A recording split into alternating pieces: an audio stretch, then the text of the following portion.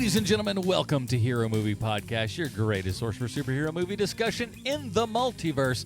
I am your host, Adam Porteous, and joining me today, he's a man who's never been caught dead in Puma, Sweet Shanza Kovacs from the internet.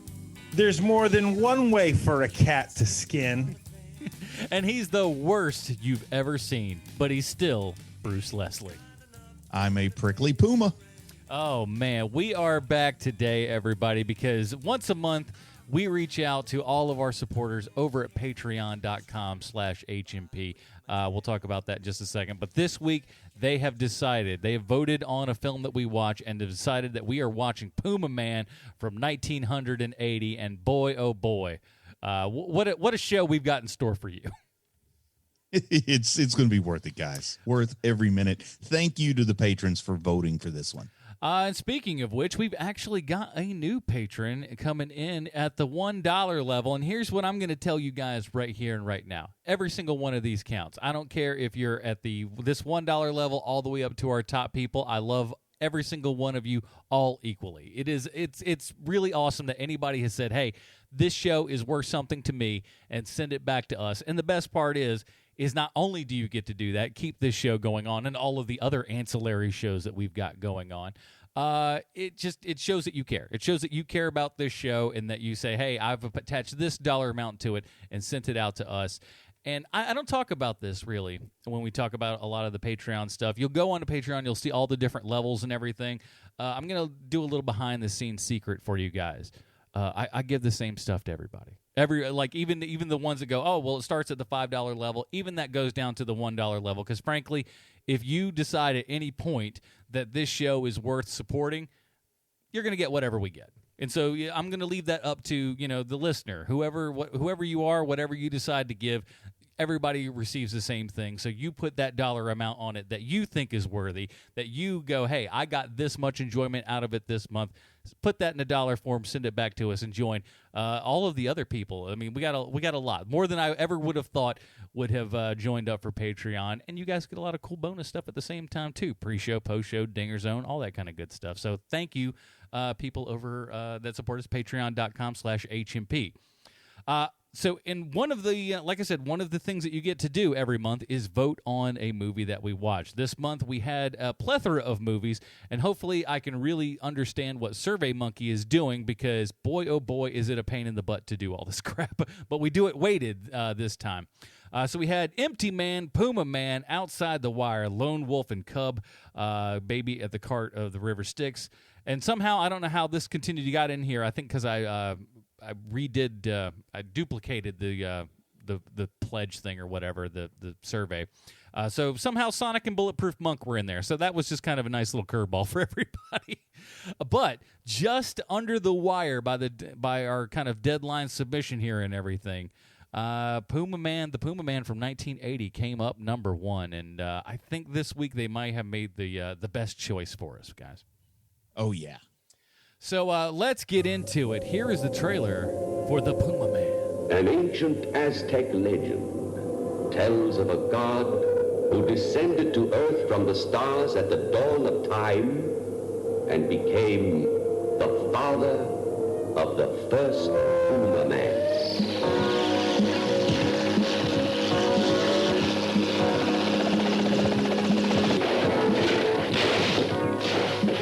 You are the Pumaman.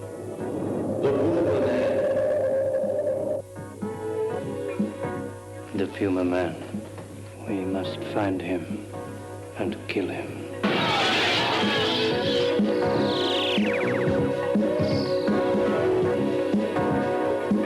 You must obey me. I will destroy your powers. I will destroy your mind. You belong to me now. I can't, I've got to go! Calm yourself. If you go, you're lost. They'll kill you. What do you want? The gold mask. Oh, incredible. The Pumaman.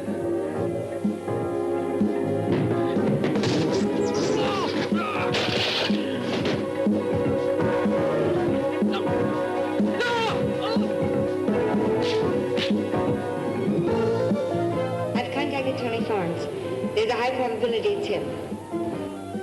What's your plan? to follow them until I find out where the mask is.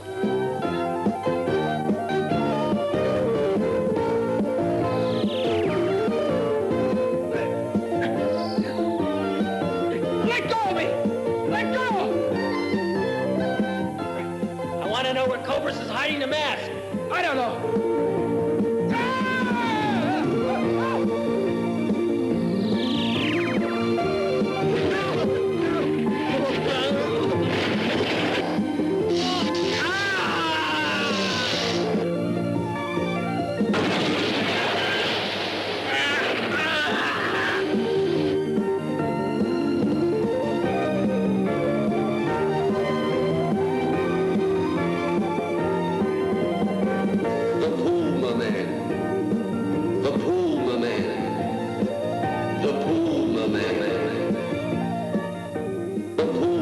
Alrighty, everybody, that was the trailer for the Pumaman.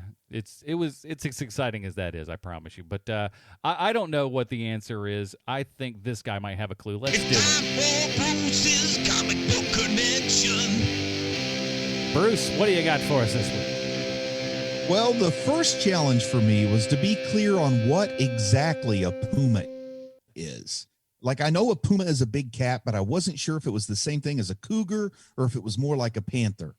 Well, it turns out puma, cougar, and panther are all the same thing, but a jaguar is something different. And that means I can't use this as an excuse to talk about Jet Jaguar.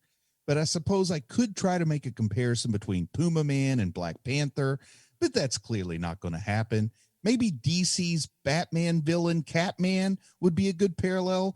Catman was a world-famous trapper and trainer of big cats who wore a costume and became a villain, but honestly, he seems to have more in common with Joe Exotic than Pumaman. And they are both members of the LGBTQ plus community, if you're looking for some trivia. But I was about to give up on any kind of meaningful comic book connection when the right thing to talk about just clicked. I should talk about Marvel Comics character, the Puma. That seems obvious enough, doesn't it? The Puma is a villain that first showed up to oppose Spider-Man in 1984, 4 years after the release of Pumaman, showing just how influential this Italian, Aztec, English, American, Dutch, low-budget movie must have been. So popular among the kids that Marvel had no choice but to rip it off, right? Well, yeah. Well, the Puma and Pumaman have a lot in common. They are both men. They both have Puma in their name. And there's your connection. Goodbye, everybody. The Puma got his powers through genetic manipulation of a group of Native Americans. Pumaman has a magic belt. They're practically the same. For some reason, Pumas in the Marvel universe don't have the ability to fly like they do in the Pumaman universe.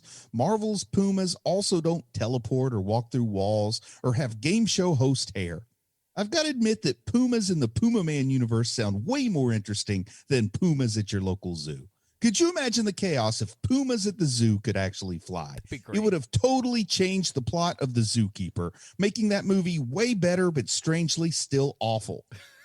Though I strongly oppose any revival to the Zookeeper franchise, I think the world is ready for a new installment of Pumaman, this time with sidekick the Catamount Kid. Bring back what has to be the world's most Aztec-looking actor ever born and get this trio on the road. It could be like Eurotrip, but with big cat-themed Aztec alien-infused shenanigans. Will it pack theaters? It probably couldn't be any worse than Bloodshot, so have at it, Hollywood. Take that one, Bloodshot. And you too, Zookeeper. Oh. Like, some guy is like, why is this guy picking on the Zookeeper? What did it ever do to him? I like the Zookeeper. That's a good program. Here's the IMDb plotline for the Pumaman. Thousands of years ago, aliens visited Earth and fathered the Pumaman, a man-god with supernatural powers entrusted by a gold mask and the ability to control people's minds, which in present-day London falls upon the wrong hands. This is starring Walter George Alton, and then you've got national treasure Donald Pleasance, of course, Miguel Angel Fuentes, and Sidney Rome. This is directed by an Italian man named Alberto Di Martino. And now let me ask you this: what do you guys know about Italy, and especially in this time in the 70s and 80s and stuff with Italian cinema? How familiar are you guys with that? I've seen Once Upon a Time in Hollywood. I am very familiar. Being I'm not, I wouldn't say fan, but I've seen Suspiria and all of these like knockoff Italian movies of American movies. I've seen a bunch of those. It seemed like there was probably 15 Jaws ripoffs coming out of Italy. Yeah, Jaws was definitely one. There's a movie ended up. I think the last one that they ended up making that was the big one was called Cruel Jaws. Is now available on Blu-ray. Cruel Jaws. They had movies that they put out that they straight up just called Jaws. They took the story. They just put their own people in it. And Italy does not care about intellectual property rights. They just do not care. Well, they didn't then. I mean, I think the EU now enforces. Oh, I don't know, but I wouldn't put it past them. There's a couple sneaky Italians out there to just go like, nobody's gonna know what this is. We'll just do it, and they will literally straight up take the plot of a movie, almost word for word in some cases, and then just do their own version of it and collect all the money. And they just don't care. So copyright infringement in the Italian movie verse, especially in the 70s and 80s, is just all over the place. And I think everybody knows about spaghetti westerns, but I think until I saw Once Upon a Time in Hollywood, I had a blind spot to how there was like spaghetti everything, but just thanks to Sergio Leone, the westerns were actually good. Yeah, exactly. There were him and like Corbucci and stuff. They made like really cool, interesting movies and took those ideas and made them nice and original. And then there's, cases like this where they're just like, hey, Superman is popular. That's a Warner Brothers movie that's kicking a lot of butt right now. Let's do our own little version of that crap. And this is the movie that you get. And it's wonderful. It is just wonderful. There are a lot of movies made in this time period, like the Doctor Strange movie, for example. And it's going to be awful, but you think, it's going to be awful, but we can laugh at how awful it is. And then you watch it and it's actually just extremely boring. This movie is not that. Like, this movie is what you think of when you're thinking, I'm going to have fun watching an old cheesy superhero movie from the 70s. Well, this movie doesn't do the thing that all of these style of movies do, which is that when you have a movie called Pumaman, you're going to have like a big action set piece at the beginning and at the end, and then for an hour and 25 minutes you're watching people standing in an office space that's poorly decorated talking about how great Pumaman is. That is not what this movie is. This movie you get Pumaman almost every frame. It's so much Pumaman. It's chock-a-block full of Pumaman. Yep. And honestly, I think the success success might be an odd term to be using, but I think that the linchpin to how much I love this movie is all about that Aztec guy, because my goodness, he looks like a cartoon character. He does. He looks like Dwayne "The Rock" Johnson and Robert Zadar had a baby. That's what this gentleman looks like. When I looked at him, I thought, that's the Mexican Jaws, from James Bond, that guy. Very much. Yeah, I love this.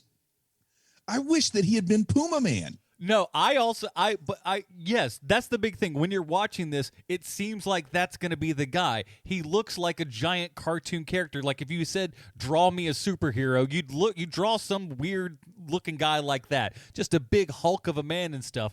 But I also love that he's the Pumaman #1 fan. Always, he's got his little trinkets and he's just like, oh, you've got to be the best Pumaman you can be. When Super Friends was flying high on Saturday morning, why did they not get that guy to make a live action Apache Chief movie? Man, he's got the look down 100%. Like he almost looks like they just took Apache Chief's clothes for the most part and like just give him a different shirt, he'll be fine. The 50-year-old version of this actor is in The Mexican, the Brad Pitt and Julia Roberts movie. I saw that in a movie theater. Oh, that sucks. It does. And that was a date movie too. It was awful. All I remember is saw that movie on a date too, and after it was over with, I said, "So the gun was the Mexican?" Yeah, it's not a good film. Yeah. But anyway, I like that guy. He is like the caramel center in this candy bar of a movie. And then, of course, we got Donald Pleasance as our bad guy here because if it's the 70s and you've got enough money, Donald Pleasance will show up. Man, and it's so funny because I didn't really recognize it in this movie, and I don't see it in any of the John Carpenter movies. But in anything else Donald Pleasance is in, Donald Pleasance is visibly drunk in almost everything he's in. But he isn't in this movie for some reason, and I'm wondering why. Because you'd think of any movie that he was going to just drink just offset while performing in, it would be Pumaman, but no. And these kind of movies always would get like that one name you recognize to put on the movie poster or whatever. And it seems like it's always like B list or C list. It's not, A list, but where do you put Donald Pleasance on the list? I don't know, but he seems like the perfect person for the role in this movie. Well, he's the guy that's kind of like the Marlon Brando in Superman, right? Like it gives it a bit of credence. I wouldn't say a ton. It's Donald Pleasance, but it gives it more than if there's no Donald Pleasance in the movie. But I mean, this is post Blofeld, right? Oh yeah. So he's kind of a big deal as a sci-fi villain. He's already been in Halloween at this point. Yeah, too. but I don't think Halloween bleeds into this movie as well as the James Bond stuff. No, but the big thing is that he's one of those guys who is very interesting because he's not a bad actor, but he's not necessarily the greatest actor either. But he does have a gravitas about him that when he is on screen, whatever he's doing, however bad the movie is, you kind of buy him. And I also like it that his name is Dr. Cobras. Oh, the names all are horrible. He's Dr. Cobras. The other one, Tony Farms. That's your lead's name. Tony Farms. You went to sleep on that one. Oh geez, how can we forget Donald Pleasance? He's in The Great Escape. I mean. Oh yeah, like he's 230 something acting credits for that guy, and he died at 75. So like he was just like I said, if you had enough money, he would show up for you and deliver at least a halfway decent performance. And I don't even think enough money was all that much because Halloween probably had an even lower budget than this. Well, yeah, especially with Halloween, he was obviously the thing that kind of got that going. That you'd see that throughout, even really into the '90s with like Keitel and Reservoir Dogs. There's one guy that can help get this thing made, and Pleasance certainly was that guy. Now, here's where I started getting confused, man, and confused in a good way because it's like. I don't feel like I'm confused because I'm not smart enough. I feel like I'm confused because they didn't connect all the dots. But is Dr. Cobras that lady's dad? I didn't think so, no. And she said her dad she lives in the Dutch embassy, which I should have been able to tell from her overpowering Netherlander accent that I didn't pick up on.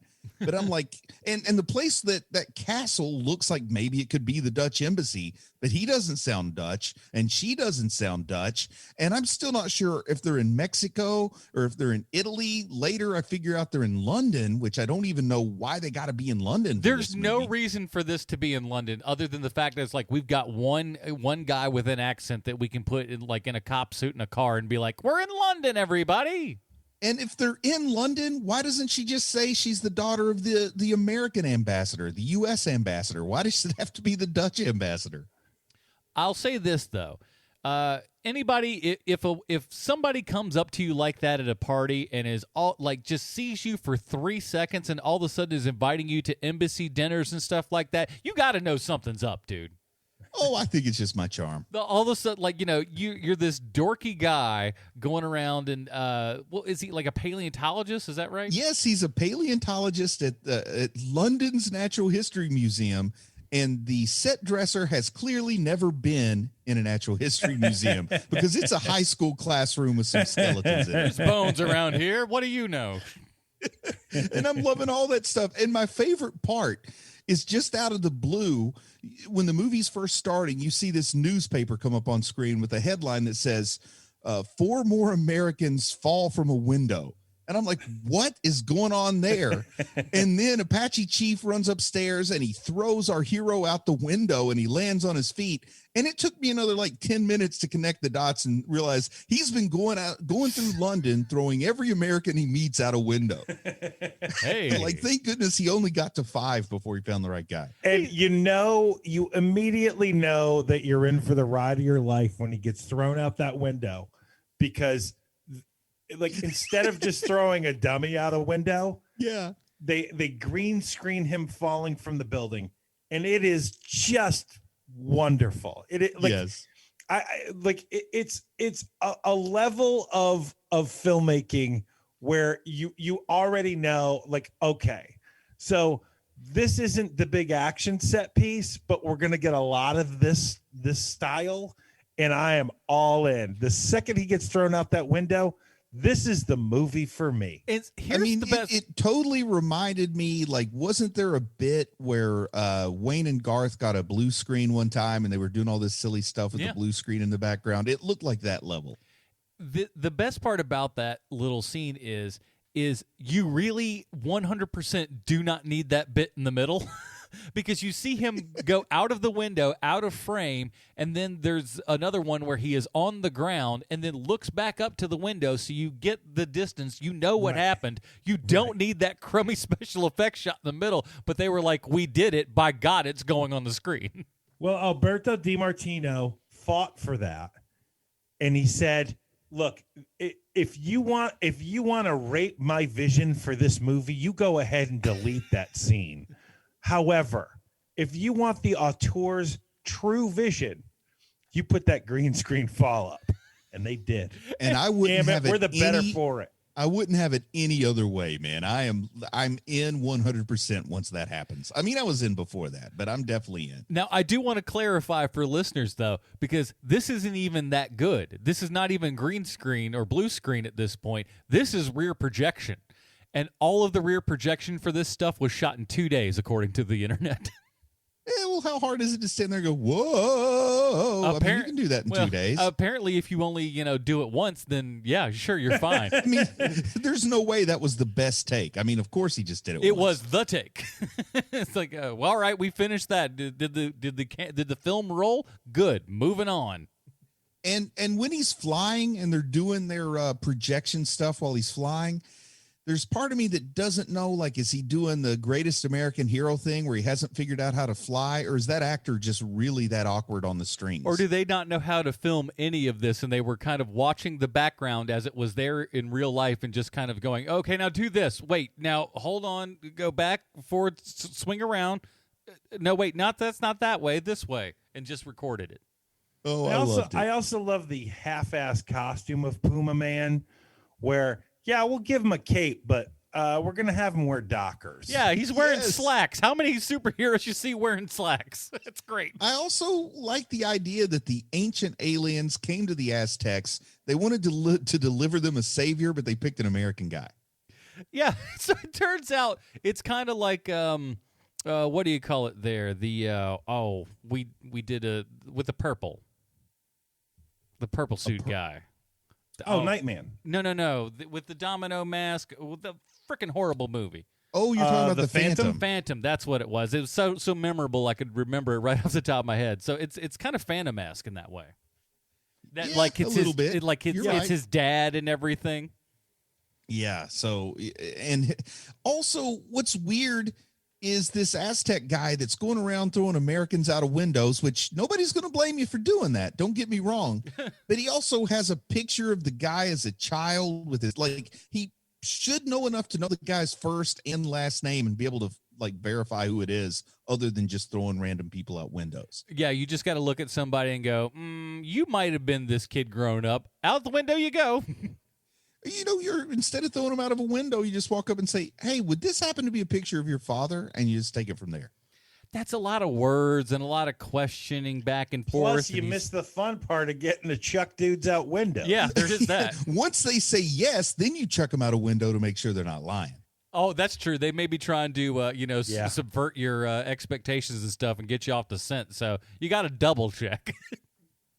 Oh man, and I also love the fact this guy's been thrown out of a window and landed. He's like trusted this Aztec guy a little bit, but when he asked him to wear a belt, he's like, "No way am I going to wear that belt." Did you see the belt? No one's wearing that belt. Are you kidding? I would wear that belt right now if I had it. I know you would. It looks like you were third runner-up in a wrestling competition or something. Like it's not the champion's belt, but it's way down the list. The best, but I also love that, when he finally gets into stuff, he's flying around and like the time of day changes when he starts to fly to when he lands. And then he looks at the guy like he's still not quite sure that he's on the up and up. It's like, dude, you just flew around an entire city for what one could expect is at least an hour. And he just looks at it and goes like, I'm not so sure all of this is copacetic. And you're like, what are you talking about? Professor Tony Farms is a skeptic. He's a skeptical guy, despite the fact that he literally just flew around the city. So I want to go back to this Dutch ambassador's daughter. How did she get hooked up with Dr. Cobras in the first place? Because when the movie's first starting, we see her wearing one of those garbage bag outfits that they have on, which made me think they were the aliens. I thought the same thing. Yeah. And it's like she's there in his lab wearing a garbage bag, and he turns the big golden mask and mind controls her then. But I would have to be mind controlled before I would even put that suit on and go into his lab. So like they never explained how she knows this Dr. Cobra's guy. I always thought that she was like working at I don't know, some place or whatever, and she kind of like because she knew where it came from, and then I love the idea that all of a sudden, like a little magical compartment turns around. It's got a motherboard slapped to it, and she just goes, "Ancient alien technology." I love it. She goes straight into it. When did that Chariot of the Gods book come out? This is probably within 5 years of that, right? I do not know. Oh, man. Save it for the Chariots of the Gods podcast, Bruce. Yes. I like her, and I like our lead here. They have conversations that people don't have. There's like cool levels of that like your Tarantinos and stuff that give you Kevin Smith dialogue that's not what real people say, but it's kind of like a cool idealized way that people would end up speaking. It feels like they try to do kind of something like that, but some sort of weird stylized thing, but it really just comes off of like, I don't know that either one of these people are from the same or from planet Earth, because they're not talking like people do. And I think it's just wonderful to point out this movie did come out a full year before Greatest American Hero, which has a lot of similarities here. Yeah, but at least with like a Greatest American Hero, no, you are 100% true in as much as like our guide here is constantly just going, no, you can do this now. You can do this. We're always kind of adding some powers on as we need it. Yeah, he lost his instruction manual. Here his instruction manual is the Aztec fella. Who just comes around and but it's very They Live with the belt, where he's just constantly trying to get him to try the belt on. No, I'm not going to do it. Put the belt on. You know what? You know what? It has to be very frightening when that gigantic Aztec dude, first you get thrown out a window by that guy, and then you find out that he's a religious nut job. Like, you just want to run. Yeah, but he's a priest that worships aliens, so I don't know if that's better or worse. Yeah, it's about the same. He brings him back to his lair as like this bombed out shelter or whatever. Yeah, this is my lodgings, he says. And like, our hero looks at it just like, this is where you live? That's where you sleep? How do you like, he's never seen anyone who doesn't live in like a mansion, apparently. Well, the guy was sleeping on like a concrete floor with didn't even look like he had a blanket. But look at the gentleman. Doesn't he look like if you found that man sleeping on a concrete floor at a blown out building, you'd probably go, that makes sense. He just seems like he'd rather go sleep on the grass next to a tree. It would be way weirder if he slept in like a 7-year-old girl's bedroom. That would be much weirder. I like the flowers. Top bunk in a youth hostel. That's not where you want to find that guy. I got topsies and just. I also love all the effort that the property master put into that dynamite belt that the Aztec guy wears when he goes to the mansion. I keep wanting to call it the embassy, but I guess it's not the embassy. Like, part of my mind really wants to know what's going on at the Dutch embassy, because we hear it, but we never get to go to the party or anything. Well, and also, I mean, the dynamite. It basically looks like hot dogs. I mean, it's the worst prop in the world. And I guess we're supposed to understand that he has a detonator in his hand, but it's connected with yarn. It's like he's going to touch the fuse with his thumb, but maybe his alien powers. Little did you know that wool is a fantastic conductor. I think it might be, actually. Now, the necklace that the Aztec guy keeps kissing. Could you ever tell exactly what that necklace was? I didn't know. No, it just seemed like he was always offering it up, kind of, showing it to the sky, going, come on, or whatever. I wanted to get a good look at it because I think it's got to be something ridiculous, but I never could feel like I got a good look at it. Like, it should be like a lizard's head or something. They don't have time for inserts on this film. There's instead of because we keep calling him the Aztec guy, let's call him Dances with Weights. Ooh, I like that one too. But do you think he was ever tempted to just put the belt on himself? He's too big, I guess. Doesn't fit. Yeah, he could wear it like a bracelet. Or put it around his neck or something like that, or bandolero style. No, headband. Oh, yeah. Oh, that would fit over his head. That's for sure. Barely, but it would work. But it's amazing how he totally ignores and never joins in on any of the fights or anything like that. And I also like it that Dr. Cobras is some kind of European. They're in London. Some reason the American daughter of the Dutch ambassador is in his thrall. And all of his henchmen seem like they're Americans. Like, man, there's a lot of Americans coming over here. And the one guy, like the gray-haired henchman with the mustache, looked a little bit like my father-in-law. So I was having a lot of fun with that scene where Pumaman would fly him up in the air, and if you wouldn't tell him what he wanted, he would just let him go, and then he'd fly down and catch him. But because the way the projection screen was going, they couldn't project in two directions at once. So he'd let him go, but he was still like flying. And the best part is like this guy is falling from a distance, catches his breath, and then he does another scream, which is awesome. That does happen a lot. It's great. It's a long way when you're catching breaths in the middle of it. Also, we have got to talk about the mask that Donald Pleasance kind of sits behind so that he can mind control folk, and then out of nowhere a dummy head appears. Oh, I love it because it's a dummy head that looks almost but not quite entirely unlike the person it's supposed to be. You know what it is? It's one of the wonderful things about very bad artwork that you see sometimes where that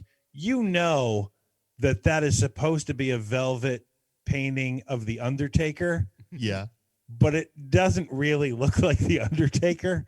Like, that's what these heads are like to me. Whereas she's blonde. Well, so let's put a blonde wig on that dummy head. She's got makeup too. Put a little makeup on there, why don't you? Yeah. And I kind of wondered, did he really need the heads or did he just like them? Oh, that's an excellent question. I thought, now I'm not sure where they came from, but he could then, it was like the heads were a remote transmitter. Had wires attached to them. Yeah, well, that's true. But they were like remote transmitters then to the people, the heads that they belong to, so to because speak. There are two wires coming out of each dummy head. Yeah. And for some reason that I never quite understood, maybe it was a deleted scene that could explain this, but Pumaman's face has scars all over it. But Pumaman doesn't have any scars. No. What happens is that when the person, because you hear the special effects happen, and every time that the camera pans from and then back to the dummy heads, cracks start appearing in the dummy's head when they are trying to resist the mind control. Ah, yes, gotcha. The same thing happens to Jane's. Yeah, it's Jane. Yeah, the little Dutch girl. Yes, Jane's head, dummy head. Same thing. Yeah. And then he has that like cattle prod thing when he thinks that you're really resisting the mind control. Donald Pleasance takes like a cattle prod with a spike at the end of it and like puts it on the dummy head when he's really trying to put the kibosh on you. Yes, that works well. So weird. But so good. Yo, look, I am not complaining. This is wonderful. This was a wonderful hour and a half. I was laughing so hard watching this movie. It was great. And I told you guys this earlier.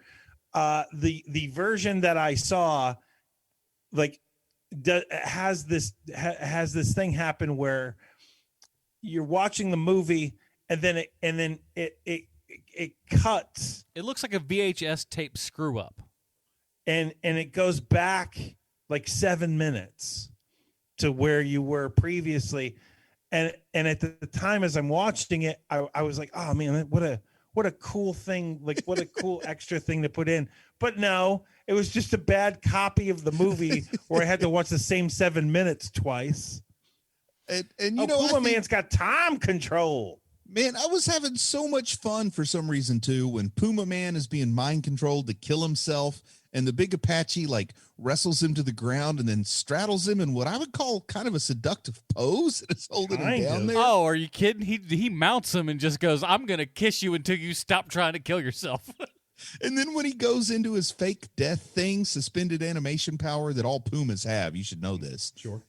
And that bug is crawling on his face, and just how long the camera pans in on his face with the bug crawling on it, because we know there's no special effects in this movie. Like that actor had to lay there with that beetle crawling over his face for like 12 minutes. That's some Peter Gabriel slugs crawling over his face deal. Oh, it was great.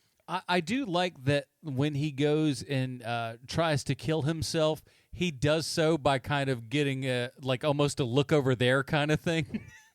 He's just like, oh, it'd be a shame if I threw myself out this window kind of thing. But he already was thrown out of a window and it didn't work. I know, but he kept like that's the suicide bit that he goes, is he lures you in and then just kind of deep fakes you to jump out of a window. And we've already established that this is like a ground floor walk-in suite. Like that window's maybe 4 feet up. I'm gonna kill myself. Oh, it's great. Everything is great. This feels like the kind of movie that we tried to make when I was in junior high, and it never turned out this fun. Probably. Oh, let's talk real quick about his Puma vision, because there are two things that we know about Pumas according to this film. Number one, Pumas can see in the dark, and we do see that a bit, and they land on their feet. Outside of that, any of the Puma rules are a little bit hit or miss. It's true. Well, they can claw through the roof of a Citron or whatever kind of car. Oh, yeah. I love that. That was really just kind of like high-strength tinfoil that he's ripping through. It's so good. And may I ask exactly what was going on with that fireman?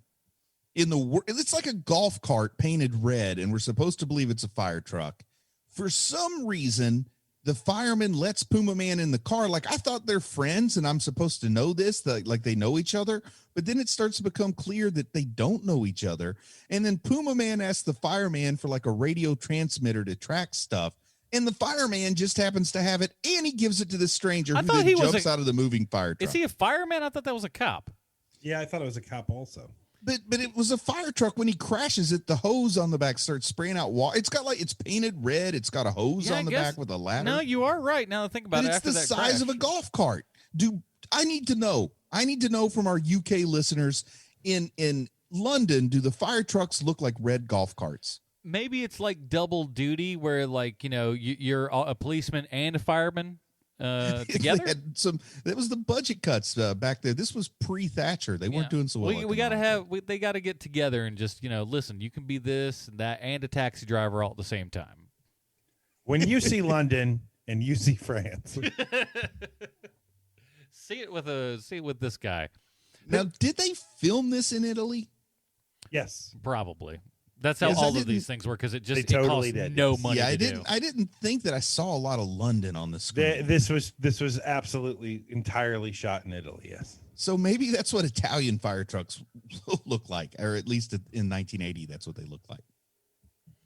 I suppose so. Now, I will say this. I was very upset that, like, with my TV these days, you can't actually zoom in on stuff, because while I was watching this on YouTube, and it's available free on YouTube as of this recording, this is just the open format of this show, right? So, normally in older TVs, you could kind of zoom into the picture and then, have the full frame in your 16:9 TV, and I tried to do that, but apparently my TV can't do it anymore. So it's watching those Kubrick films in full frame that they put out when they first rocked out DVD. It's kind of annoying. I'm sorry, that's a weird technical complaint. Yeah, but who would have thought that this movie wouldn't get the Criterion release you want? Oh, what's hilarious though? You say that somebody has mocked up a Criterion cover for Pumaman. Oh, that's nice. Glorious. I'll put it in the show notes, but it's really, really good. And funnily enough, that this movie has not come out on video. So, I'm totally wrong, guys. I just said like I knew what I was talking about. No, a lot of this movie was shot in the UK. Okay, I didn't know. I don't know enough to know. But did you guys saw that movie poster I sent to you, right? Yes. Yes. So that's just straight up the Death Star. Yes. But they do try to make it look a little bit like the Death Star when they kind of give us glimpses at the alien globe spaceship thing. But why didn't they just, buy a toy Death Star? Well, here's the thing. With the spaceship from the beginning, my thought when seeing that was really more of Close Encounters of the Third Kind. Because it looks exactly like that. And that's, we're looking fairly close from that time. So to me, this is Close Encounters meets Superman. Italians say we're ripping off both of those. Well, let me tell you something right now. There is a job description that I found while trying to find the Stallone connection this week. That job is the spaceship realizer. That is his job description. Spaceship realizer. Giorgio Ferrari made that spaceship. Whoa. Any relation to Enzo? Like, is it the famous Ferrari family? Well, I did try to read the biography today on Giorgio Ferrari, so I can tell you everything about Giorgio Ferrari, the spaceship realizer. You're only 72 chapters in. Yeah, that's it. It's gripping. His brother Dickie Ferrari. Oh man, and Pumas apparently have another power that I didn't know until the climax of this movie. Mm-hmm. But apparently, if a puma catches a helicopter, it turns it into a toy helicopter. Man, that was a really good effect. All I can think is that's how the helicopter got in WandaVision. It's as good of an explanation as anything that we've gotten so far with the show. So who's to say? Oh man, but I love it when I watch a Japanese Godzilla movie, and of course they got just like toy trucks going off of a ledge into a little kiddie swimming pool that's supposed to be a lake, and I'm totally with it. But for some reason, when I see like a Western movie that does the same thing, I clown on it. Well, here is the thing that makes this movie so wonderful. A few weeks ago we reviewed John Carpenter's The Thing. And we just heap so much praise on it because the practical effects are done so well, and there's so many different tricks that they use to make it work. Yeah, and it does work. Whereas a movie like Pumaman, where they are using like a bunch of different special effects to show you Pumaman's powers, and they're done so poorly that there's something so unbelievably charming about that. Yeah, that it makes it so fun to watch, where you're like, oh, come on, man. Like, that is a miniature, like, come on. He's standing in front of a screen, like all of this stuff watching it. The flying is so bad. Great. Yeah. It's so good though. It's all so great to watch. And it's done so poorly and ham-fistedly that it's as enjoyable to watch as when it's done well. I also like at the end when the Aztec priest is having his farewell talk with, what was his name? Tony Farmer. Pumaman. Yeah. And he says, whenever your son gets old enough, I'll train him to be the next Pumaman. And it's like he's assuming crashing this helicopter has solved all the world's problems for a generation. I love that kind of optimism. Yep. Professor Tony Farmer. Yeah. Paleontologist, Dr. Juilliard trained paleontologist. But I think you're right. The one of the big things that makes this movie a lot of fun is that the people that are making it are not the most skilled filmmakers in the world, but they're not awful either. That's the best part, is that it's all of this is being done very, very sincerely. There's no winking at the camera. Right. There's no just like, look at us making a silly thing. No, they are honest to God trying to make a good rip-off film. I'm going to disagree with you on one thing, which is that they are bad at this. Because you said they're not good at it, they're not bad at it. They are bad at it. There's a couple of scenes like when hold on a second. Okay. I think what this movie has is I think that there, like, let's say there's 10 special effects guys, one of them was good at their job and the other 9 were terrible. And I think that that's what we're seeing here. Because if it was just complete incompetence, you wouldn't be able to follow what's happening in the movie because you can barely follow it already. Story-wise, yeah. Story-wise is very kind of like, what's all going on again? I'm not sure what that means. There was somebody that had the insight to know what they were making and understand, like, if we're not going to be good, let's at least do it a lot. Because that's where the downfall, when we've watched other movies like this, the downfall has always been that slog where it's just a bunch of people sitting around talking about all the terrible things, or you get like 14 minutes of a guy walking down the sidewalk waving at the newspaper stand. You and stuff say like that, but right. There's a lot of driving and that Pumaman theme a million times in this movie as well, where it's just like, we are going to another location. Adam, I think you're forgetting just how long Doctor Strange is. That's true. And also, there have been so many times, like I say, I'm going to have a laugh and watch a bad movie, and I just can't have a laugh. And I really appreciate a movie like this. That what you like about this movie, Sean, Adam. This is the kind of thing that made me love that Agents of S.H.I.E.L.D. David Hasselhoff movie, because it was not made well. And granted, it's 10 years later, so it should be held to a higher standard. They were doing it poorly, but they were doing it nonstop. Yeah. And I like that.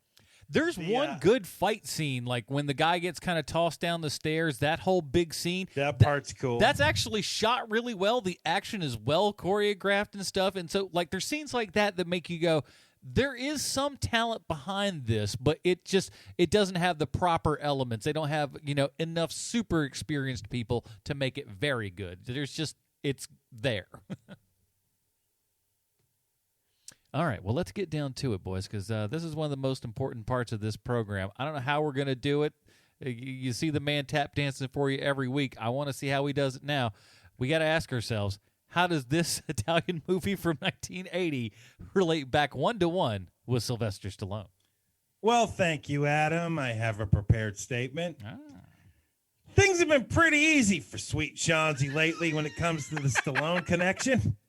Over the last few weeks, I've had multiple actors or crew members to choose from. I can decide whether I want to go with the easy slam dunk or the across the court bank shot. And I'll admit, sometimes I'll go with the easy slammer.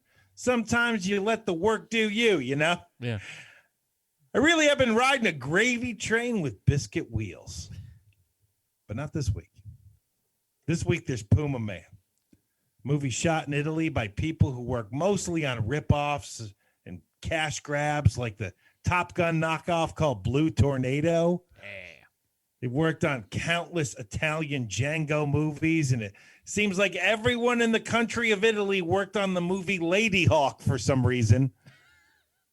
Maybe Donald Pleasance. Donald Pleasance plays the bad guy in the movie, and he stated this was the worst movie he's ever been in, which is saying something, because I've seen American Rickshaw, a movie where at the end he turns into a pig, literally. He makes squealing noises and everything. And as it turns out, Donald Pleasance worked with Frank Stallone in a movie from 1989 called 10 Little Indians. While the segment is called The Stallone Connection, It's not called the Frank Stallone connection. So no, rats. Donald Pleasance is not our connection this week. But luckily for me, there's a henchman in this movie played by stuntman Homero Capana. Why am I lucky? Because Homero Capana was also a stuntman in the movie Daylight starring Sylvester Stallone.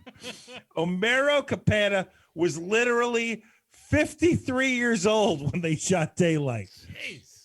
Which means he was the oldest working stuntman by at least 30 years when they shot that movie. Homero's first movie was 1960. That's so long ago. Sylvester Stallone was only 42 years old in 1960. Homero Capana worked all the way up to 2006. Man. And his second to last movie was 2004's Passion of the Christ. To give you an example how hardworking the man was, he died in 2003. Seriously. Gosh.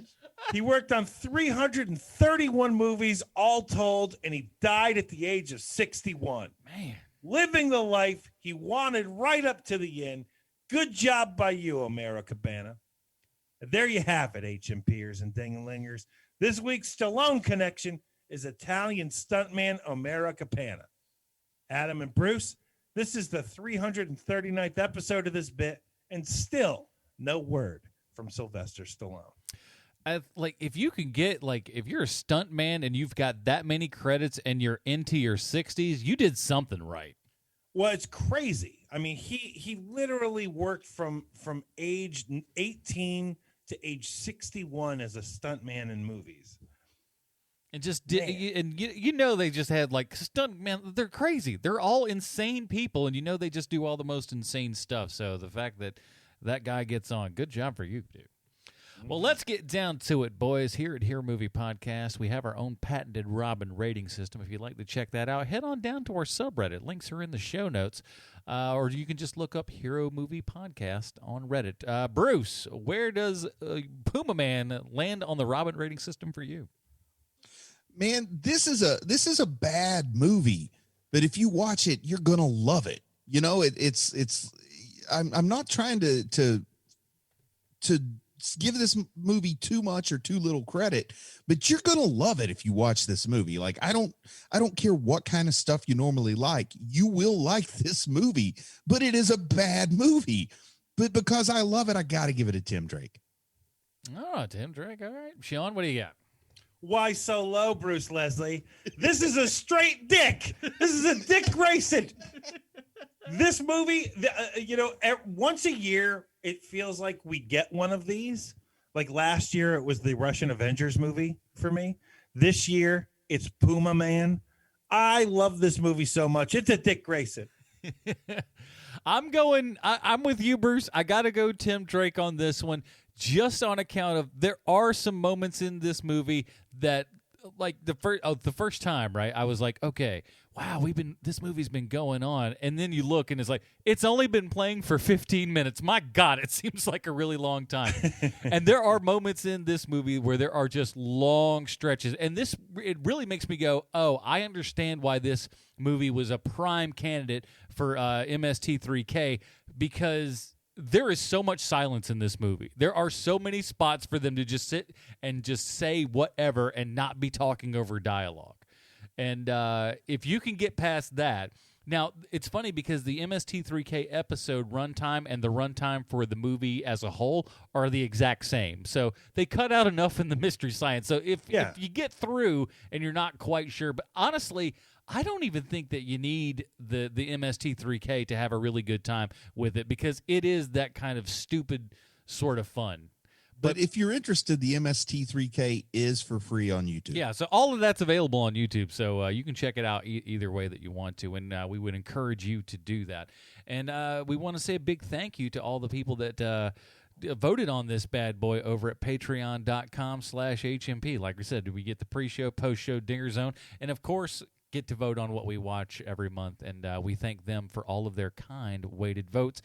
And of course, I think I want to say it's probably going to be like a Wednesday or a Thursday, and you guys can tell me which is better for you. Just throw us a little mention there on the Patreon page. But I think we're going to do another hangout. We didn't get to do one in December. And I'll just put this out there. If it's a Thursday, I can probably join. So maybe we'll do it on a Thursday, and then we can kind of hang out with you guys and stuff, and you can ask us questions. We can play games and do all kinds of weird and crazy things. Who's to say? But it's always a good time, and we like hearing from you guys. And to me, that's the best, really, is getting to see you guys, hear what your opinions are of things, because it's a one-way street for us. We're just talking to each other, but when we can hear back directly from you guys and put some names and faces together, it's a pretty sweet time. So we appreciate all of you that do that. Patreon.com/HMP. Like I said, just take whatever value you get from this show, put that into a number form, send it over to us, and get yourself some more cool stuff. What would you say that is, Adam? What kind of value? It's value for value. Whatever value that you get out of this show, just put that into a dollar form, send it off to us, and then you get more things in the same process. It's like it's the chocolate and peanut butter scenario again. You can't get enough of it. You can't. And we appreciate all of those awesome people. So thank you guys so much for that. Next week, we have another one coming up here, and I've totally forgotten what we're doing. Oh, yes. I think we're going to do Snowpiercer. Yes, we're going to be doing the first episode of Snowpiercer Season 2. Now, if you haven't followed the first season and would like to catch up on all of that, it's actually on HBO right now. Oh, so you really? can stream all of the first season of Snowpiercer over there, and then come back and listen. Well, go listen to Snowpiercer 30 Questions, and you can do that, in real time. And as the episodes go by, listen to our episode and theories and all that kind of good stuff. And we'll get into what Snowpiercer 30 Questions is going to be in Season 2. We'll start talking a little bit about that come next week. In the meantime, Bruce, where might we find more of your work on the internet? I just got to say thanks, because every Monday when our HMP episode comes out, I get a nice little uptick in my subscriber numbers on the YouTube channel. So thanks, everybody. I mean, I'm still only at like 150 subscribers, trying really hard to get to 1,000. So I appreciate all the people who have subscribed already. If you haven't yet, maybe just go check it out, youtube.com/c/Bruce Leslie, or simply search for Bruce Leslie. I got a new video up about King Shark, which I think is a pretty fun one to watch. Also, I just want to name drop a friend of the show, longtime listener, Patreon now. Marty Merrick has started his own podcast. We have been watching. Go check that out. It's really charming. Yeah, do yourself a favor, everybody. Sean, what else? I was gonna mention Marty's podcast also. It's called We Have Been Watching. Him and his co-host need to drop their phony, fake accents. It's annoying. We all know that they're from mid Jersey. It's okay. But it's a very good listen. It is a charming listen, as Bruce says. And Marty has there were times where it felt like Marty Merrick was the only person listening to the show. So thank you, Marty. Yeah. But also we have the Mandalorian 30 Questions. Listen to that. And you can find me on Twitter at Sean Kovacs 4. And do you remember last week's episode? Did you like last week's episode where we talked about the first 2 episodes of WandaVision in our 30 questions format? Well, I've got some good news for you. We've got episode 3 up right as you are listening to this. So check out WandaVision 30 Questions wherever you find finer podcasts. That show is starting to heat up a little bit over there. So check it out, WandaVision 30 Questions. And I'm not a screaming comic book character, a cartoon character. I'm much better this week on the show. It happens to the best of us. If you'll, I was very angry. I was very, very angry. I think I was maybe that mad in the first season of Umbrella Academy, but second season brought me back, so I was happy about that. So, but check all that kind of good stuff out. Links for all of our shows and everything like that are in the show notes as well. That'll be it, everybody. Join us next week when we're talking about the first episode of Season 2 of Snowpiercer. For Sweet Sean's and Kovacs from the internet, Bruce Leslie, I'm Adam Portras. Stay super, everybody. Bye, Marty and Evie. Get that honky cat.